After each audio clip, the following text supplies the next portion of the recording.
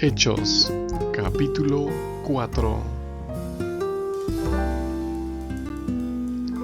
Mientras hablaban a la gente, los sacerdotes, el capitán del templo y los saduceos llegaron donde ellos estaban. Estaban enojados porque ellos estaban enseñándole a la gente, diciéndoles que por medio de Jesús hay resurrección de la muerte. Entonces los arrestaron y los pusieron bajo custodia hasta el día siguiente, pues ya era de noche. Pero muchos de los que habían escuchado el mensaje lo creyeron, y el número total de creyentes aumentó hasta cerca de 5,000. El día siguiente, los gobernantes, los ancianos y los líderes religiosos se reunieron en Jerusalén e incluyeron al sumo sacerdote Anás, Caifás, Juan, Alejandro y a otros miembros de la familia de los sacerdotes. Y trajeron a Pedro y a Juan delante de ellos, y les preguntaron, ¿con qué poder o autoridad han hecho esto? Entonces Pedro, lleno del Espíritu Santo, les respondió, gobernantes del pueblo y ancianos, se nos está interrogando por un bien que se le hizo a un hombre que no podía hacer nada por sí mismo. ¿Y cómo fue sanado? Si es así, todos ustedes deben saber, y todo el pueblo de Nazaret también, que fue en el nombre de Jesucristo de Nazaret, al que ustedes mataron en una cruz y a quien Dios levantó de los muertos. Es gracias a él que este hombre está en pie delante de ustedes, completamente sanado. Él es la piedra que a ustedes los constructores rechazaron, pero ha sido puesta como piedra angular. No hay salvación en ningún otro. No hay otro nombre debajo del cielo dado a la humanidad que pueda salvarnos. Cuando vieron la confianza de Pedro y Juan y se dieron cuenta de que eran hombres sin instrucción, hombres comunes, se sorprendieron mucho. También reconocieron a los demás compañeros de Jesús, y como veían al hombre que había sido sanado justo ahí, junto a ellos, no tuvieron nada que decir en respuesta a lo que había sucedido. Entonces les dieron orden de esperar fuera del concilio mientras debatían el asunto entre ellos. ¿Qué debemos hacer con estos hombres?, preguntaron. No podemos negar que por medio de ellos ha ocurrido un milagro importante. Todos los que viven aquí en Jerusalén saben de ello, pero para evitar que se difunda mucho más entre la gente, debemos amenazarlos para que no vuelvan a hablarle a nadie en este nombre. Entonces los llamaron para que entraran nuevamente y les dieron orden de no volver a hablar o enseñar en el nombre de Jesús. Pero Pedro y Juan respondieron, decidan ustedes si es correcto ante los ojos de Dios obedecerlos a ustedes antes que a Él. No podemos dejar de hablar sobre lo que hemos visto y oído. Después de proferir más amenazas contra ellos, los dejaron ir. No pudieron resolver cómo podían castigarlos porque todos glorificaban a Dios por lo que había ocurrido. Porque el hombre que había recibido este milagro tenía más de 40 años de edad. Después de que los discípulos fueron liberados, fueron donde estaban otros creyentes y les contaron todo lo que los jefes de los sacerdotes y los ancianos les habían dicho. Cuando estos oyeron lo que había sucedido, oraron juntos a Dios. Señor, tú hiciste el cielo, la tierra y el mar, y todo lo que hay en ellos. Tú hablaste por medio del Espíritu Santo a través de David, nuestro Padre y tu siervo, diciendo, ¿por qué se enojaron los pueblos de otras naciones?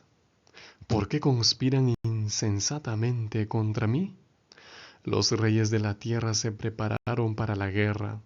Los gobernantes se unieron contra el Señor y contra su escogido. Ahora, esto en verdad ha sucedido aquí, en esta misma ciudad. Tanto Herodes como Poncio Pilato, junto con los extranjeros y el pueblo de Israel, unidos todos contra el santo, tu santo siervo Jesús, a quien tú ungiste como Mesías. Ellos hicieron todo lo que tú ya habías decidido porque tú tuviste el poder y la voluntad para hacerlo. Ahora, Señora, mira todas sus amenazas contra nosotros. Ayuda a tus siervos a predicar tu palabra con valor, y que, al ejercer tu poder para sanar, las señales y milagros sean hechos en el nombre de tu santo siervo Jesús. Cuando terminaron de orar, la edificación donde estaban reunidos tembló, y todos ellos fueron llenos del Espíritu Santo y predicaban con valor la palabra de Dios. Todos los creyentes tenían un mismo pensar y un mismo sentir. Ninguno de ellos consideraba nada como suyo, sino que compartían todas las cosas unos con otros. Los apóstoles daban su testimonio respecto a la resurrección del Señor Jesús con gran poder, y Dios los bendecía a todos en gran manera, y ninguno de ellos necesitaba nada porque los que tenían tierras o propiedades las vendieron. Entonces tomaron las ganancias y las llevaron a los apóstoles para compartirlas con los que tenían necesidad. José, al que los apóstoles llamaban Bernabé, que quiere decir hijo de la consolación, era un levita nativo de Chipre. Este vendió un campo que era suyo, luego trajo el dinero y lo presentó a los apóstoles. Bienvenidos. El libro de Hechos en el capítulo 4 narra la historia de Pedro y Juan ante el concilio. Después de aquel gran discurso de Pedro, ellos continuaron predicando. Mientras hablaba al pueblo, pues lamentablemente vinieron los sacerdotes, los saduceos, que no creían en la resurrección, estaban resentidos por las enseñanzas de ellos acerca de la resurrección de Cristo. Estaban resentidos, es decir, no les gustaba la predicación. Siempre en tu vida encontrarás gente que se opone. Cuando compartes a Jesús encontrarás oposición. Esto es normal. Anormal sería que no encuentres ninguna oposición en tu vida, porque sería la evidencia de que no estamos compartiendo a Cristo, o tal vez no como la manera en que debería de ser. La oposición es natural. Cuanto más fuerte es la predicación, más fuerte es la oposición. Recuerda la época de la Reforma, cuando Martín Lutero predicó en contra de la apostasía de la iglesia, en contra de los errores que había. La oposición fue grande, pero a pesar de ello, Dios lo sustentó, no permitió que la oposición lo aplastara. Por eso continúa firme en la fe. En segundo lugar, vemos que Dios bendecirá tus esfuerzos y verás los frutos de tus beneficios. En el verso 4 dice: pero muchos de los que habían oído la palabra creyeron, y el número de los hombres era como 5,000. A pesar de la oposición, muchas personas creyeron. No fue en vano la predicación de ellos. Por aquel beneficio que habían hecho a aquel hombre cojo que estaba a la puerta del templo, todos lo veían. Esa persona tenía más de 40 años según el texto bíblico, y no podían hacer nada para contradecir. La gente se maravillaba al ver este milagro, entonces escuchaban atentamente lo que decían. entonces Dios va a bendecir tus esfuerzos y verás los frutos de tus esfuerzos. En tercer lugar, solo en Cristo el ser humano puede encontrar salvación. Acá viene aquel pasaje tan hermoso del verso 11. Este Jesús es la piedra rechazada por vosotros, los edificadores, el cual ha venido a ser cabeza del ángulo. Y en ningún otro hay salvación, porque no hay otro nombre bajo el cielo dado a los hombres en que podamos ser salvos. No lo hay. Ni ángeles, ni personas, ni riquezas, ni cualquier don. Únicamente Cristo, únicamente el Salvador, el único capaz de salvarte. Solamente debes de ir a Él, a nadie más. Él es el único autorizado y el único que tiene el poder para salvarte de la esclavitud del pecado. Ve pronto a Cristo. En cuarto lugar, por tus obras, tus enemigos no tendrán argumentos para contradecirte. El verso 13 dice, entonces viendo la valentía de Pedro y de Juan y sabiendo que eran hombres sin letras y del vulgo, se admiraban y reconocían que habían estado con Jesús. Pedro y Juan no habían sido instruidos juntamente con los sacerdotes, habían estado juntamente con el Rey del universo, junto a Cristo, y ellos reconocieron, sus enemigos tuvieron que reconocer que habían estado con Jesús, porque ya habían conocido quién era Jesús. El verso 14 dice, y viendo al hombre que había sido sanado, que estaba de en pie con ellos, no podían decir nada. La gente verá tus esfuerzos, tus frutos, y no podrán contradecirte. Esto va a suceder si te entregas completamente al Señor. Glorificará a la gente a Dios, como vamos a ver más adelante. En quinto lugar, obedece a Dios antes que a los seres humanos. Les dijeron, por favor, dejen de hablar. No hablen más en el nombre de Jesús. Los reprendieron. Pero ellos no dijeron está bien. Ellos dijeron lo que está en el verso 19, en la parte final. Juzguen si es justo delante de Dios obedecer a ustedes antes que a Dios. Es mejor obedecer a Dios siempre, aunque tengas que perder, aunque tengas que salir perdiendo, aunque tengas que recibir burla, desprecio y sarcasmo, obedece a Dios, aunque te quedes sin empleo, aunque pases hambre, aunque tengas que pagar con lágrimas, porque Cristo pasó todo esto, pero Él no te dejará así para siempre. Él bendecirá tus esfuerzos. A veces tendremos que lanzar lágrimas por seguir a Cristo. Es doloroso, pero es reconfortante y satisfactorio como nada en este mundo. ¿Cómo no podríamos dar estos esfuerzos si Él lo dio todo? Él no dio solo esfuerzos, dio la vida misma derramada en aquella cruz por mí y por ti. ¿Cómo no podría serle fiel? En el verso número 20 dice, porque no podemos dejar de decir lo que hemos visto y oído. El cristiano no se queda en silencio, habla, predica, comparte, comunica, testifica de Cristo. Es la verdadera evidencia de que es un verdadero cristiano. No puede callar, tiene que compartir a Cristo para que otros sepan, vengan a la luz. También vemos que harás que muchos glorifiquen a Dios cuando tú obedeces a Dios y las personas se conviertan. En el verso 21 dice, todos glorificaban a Dios por lo que había hecho, por ese milagro, por cómo habían predicado, por cómo habían sido sueltos. La gente glorificaba a Dios. No era la gloria para Pedro y Juan, los aplausos no eran para ellos, eran para Dios.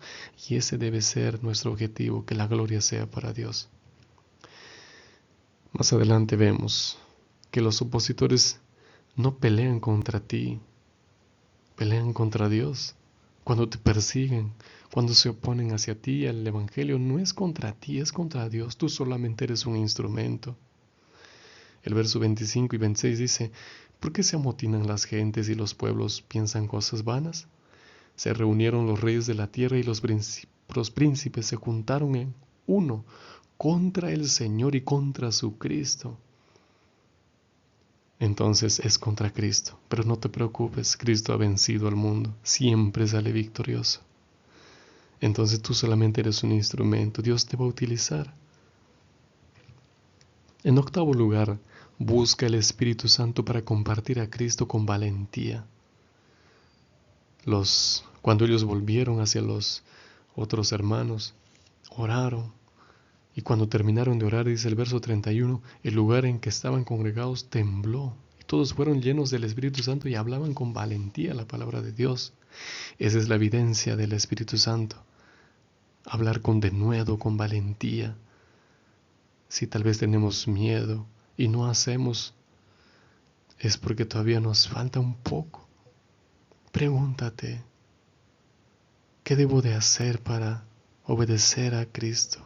¿Qué debo de hacer para compartir? ¿Qué me falta?